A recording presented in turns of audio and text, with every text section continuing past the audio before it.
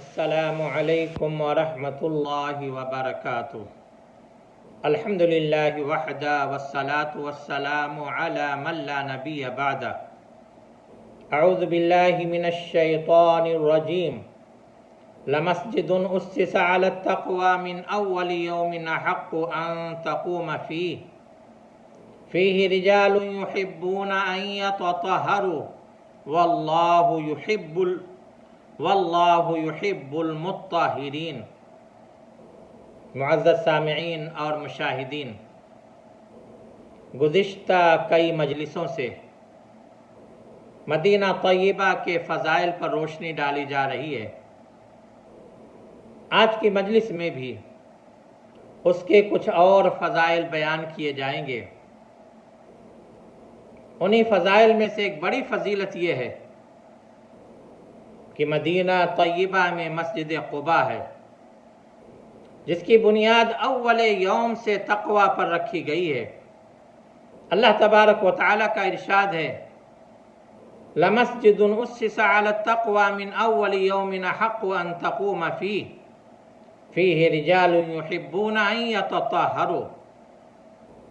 جس مسجد کی بنیاد اول وقت سے تقوی پر رکھی گئی ہے، وہ اس لائق ہے کہ آپ اس میں کھڑے ہوں۔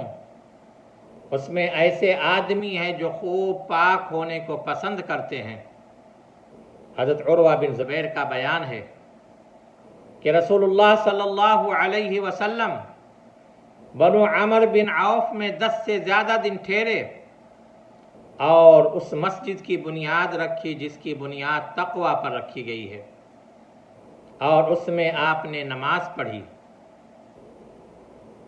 اس مسجد کی ایک فضیلت یہ بھی ہے کہ وہاں گھر سے وضو کر کے آ کر نماز پڑھنے سے عمرہ کا ثواب ملتا ہے۔ اللہ کے رسول صلی اللہ علیہ وسلم نے فرمایا، جس شخص نے اپنے گھر میں وضو کیا اور مسجد قباء آ کر نماز پڑھی تو اسے عمرہ کا ثواب ملے گا۔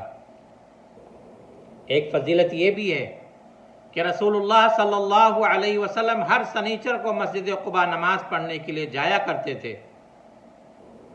حدیث میں ہے کہ نبی کریم صلی اللہ علیہ وسلم مسجد قباء ہر سنیچر کو، ہر ہفتے کو پیدل یا سوار ہو کر آیا کرتے تھے۔ مدینہ کی ایک فضیلت یہ بھی کہ وہاں جبل احد ہے، احد کا پہاڑ ہے، جس سے نبی کریم صلی اللہ علیہ وسلم اور مومنین محبت کرتے ہیں اور وہ ان سے محبت کرتا ہے، اور اس کی نبی کریم صلی اللہ علیہ وسلم اور مومنین سے محبت اور ان کی اس سے محبت، یہ اس کی فضیلت کی واضح دلیل ہے۔ ایک مرتبہ رسول اللہ صلی اللہ علیہ وسلم نے احد کو دیکھ کر فرمایا، ھذا احد جبل یحبنا ونحبہ۔ یہ احد ہے، ایسا پہاڑ ہے جو ہم سے محبت کرتا اور ہم اس سے محبت کرتے ہیں۔ ایک مرتبہ اللہ کے رسول صلی اللہ علیہ وسلم حضرت ابوبکر رضی اللہ تعالیٰ عنہ، حضرت عمر اور حضرت عثمان کے ساتھ احد پہاڑ پر تشریف لے گئے تو مارے خوشی کے وہ حرکت کرنے لگا، جیسا کہ علماء نے کہا ہے۔ تو حدیث میں آتا ہے کہ اللہ کے رسول صلی اللہ علیہ وسلم نے اپنا پیر مارا اور کہا، ٹھہر جا احد، تجھ پر نبی اور صدیق اور 2 شہید ہیں۔ تو یہ بھی اس کے فضیلت کی دلیل ہے کہ رسول اللہ اور صحابہ کرام کہ محبت میں حرکت کرنا، پھر رسول اللہ صلی اللہ علیہ وسلم کے حکم کی تعمیل میں ٹھہر جانا، یہ اس کی فضیلت کی دلیل ہے۔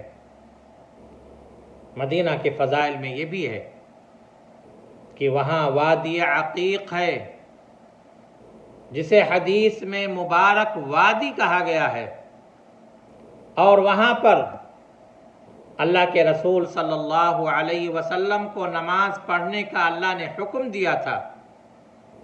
حضرت عمر کا بیان ہے کہ میں نے رسول اللہ صلی اللہ علیہ وسلم کو وادی عقیق میں فرماتے ہوئے سنا کہ رات میرے پاس میرے رب کے پاس سے آنے والا آیا اور کہا کہ اس مبارک وادی میں نماز پڑھو اور کہو عمرۃ فی حج۔ مدینہ منورہ کی کھجور کی بھی فضیلت ہے۔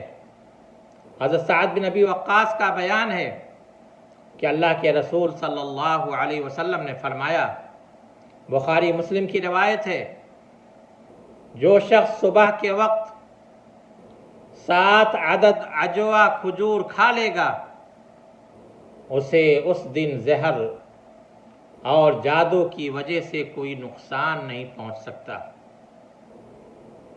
یہ مدینہ طیبہ کے فضائل تھے جو میں نے آپ کے سامنے مختلف حلقات میں بیان کیے۔ اللہ تبارک و تعالیٰ سے دعا ہے کہ اللہ تبارک و تعالیٰ اس شہر کی محبت ہمارے دلوں میں ڈال دے اور وہاں ہمیں بار بار جانے کی، اس کی زیارت کرنے کی، مسجد نبوی کی زیارت کرنے کی توفیق عطا فرمائے، آمین۔